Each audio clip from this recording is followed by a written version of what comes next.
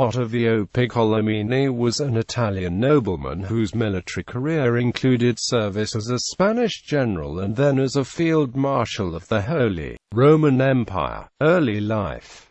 Piccolomini was born in Florence and received a military education as a young boy. He became a tertio pikeman for the Kingdom of Spain at the age of 16.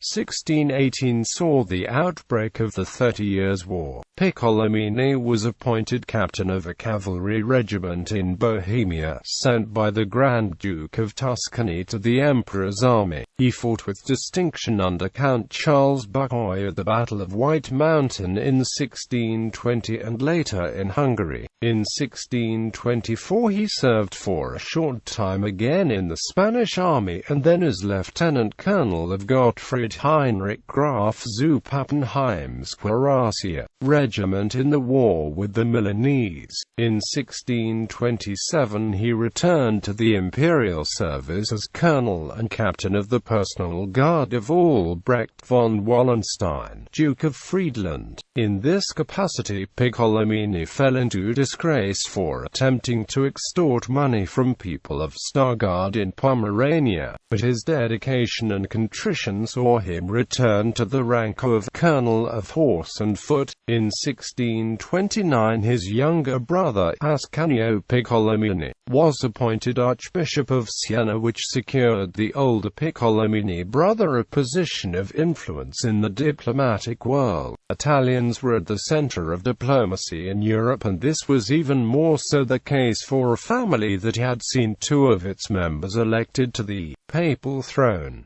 Wallenstein made use of his subordinate's capacity for negotiation and intrigue. During the Mantuan War, Piccolomini took a prominent part in the dual role of subtle diplomat and plundering soldier of fortune. In 1630 came the invasion of Germany by Gustavus Adolphus of Sweden. Piccolomini was captured and held hostage at Ferrara for helping in unauthorized negotiations for peace with the Swedish Empire. Despite his support for Wallenstein, he was not included in the list of promotions when the Duke resumed action against Saxony, Brandenburg, Sweden and France. Thereafter, Piccolomini served as a colonel under Feldmarschall-Lieutenant Heinrich Hoch, a Danish officer, in the Battle of Lutz and other operations. 19th-century authors were so impressed by Piccolomini's role in the Battle of Lutz that they falsely ascribed to him the command of the entire imperial left wing. He did, though, play a pivotal role at the head of his cavalry regiment, leading numerous cavalry charges against the Swedish army, having 5 horses shot under him and receiving 5 painful bruises from musket balls that deflected off his armor.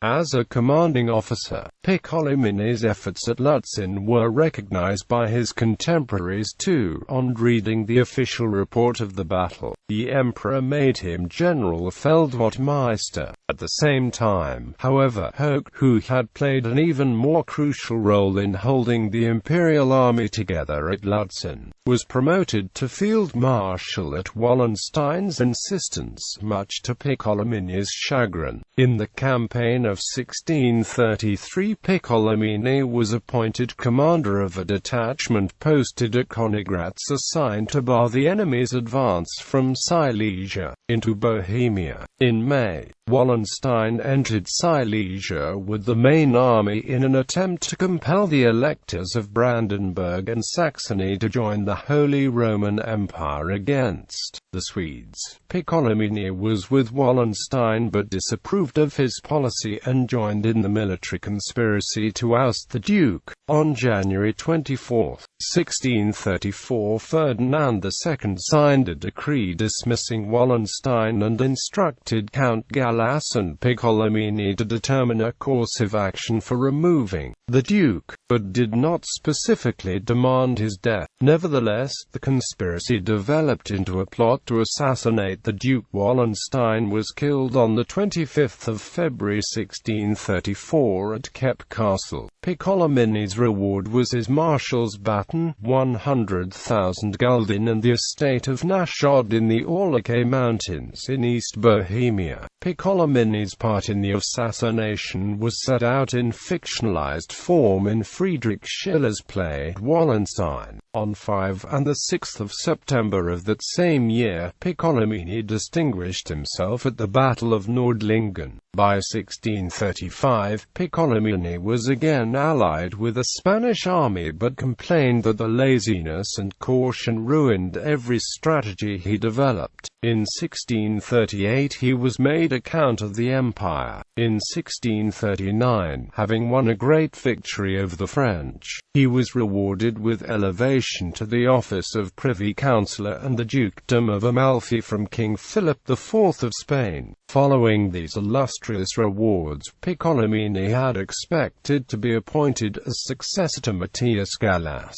Instead of being appointed, though, he was called in to act as an assistant to Archduke Leopold Wilhelm of Austria, with whom he served in the Second Battle of Breitenfeld in 1642. Thereafter he spent several years in the Spanish service and received the title of Grande and induction into the Order of the Golden Fleece.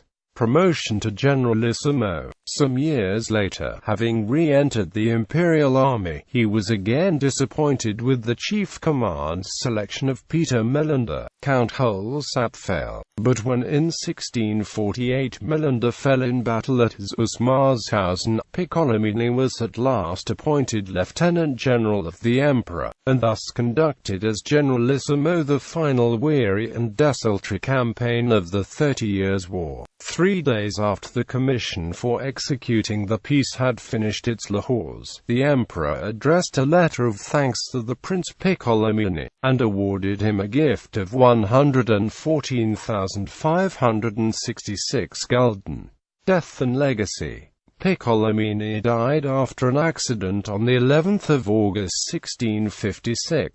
On the 4th of June 1651 he had married Maria Benigni Francisca of Saxe-Lauenburg, daughter of Duke Julius Henry of Saxe-Lauenburg. He left no legitimate children in the South Bohemia in 1645, whilst his son Maxim Wallenstein is a fictional character invented by Schiller, and his titles and estates passed to his brother's son. He had 2 known illegitimate sons, Ascanio and Diego, which had their descendants, one in Bohemia, second in Italy. His son Ascanio died as a captain of infantry in the battle near Mirov in September 1643, while second son Diego died in Italy, gaining the title Don and becoming a noble, married to noble Donna Maria Anna Tarragona Rossotto. Ascanio himself had an illegitimate son with Larusca and Yvlt. With the death of the latter's nephew Octavio Aeneas Joseph in 1757, the line became extinct.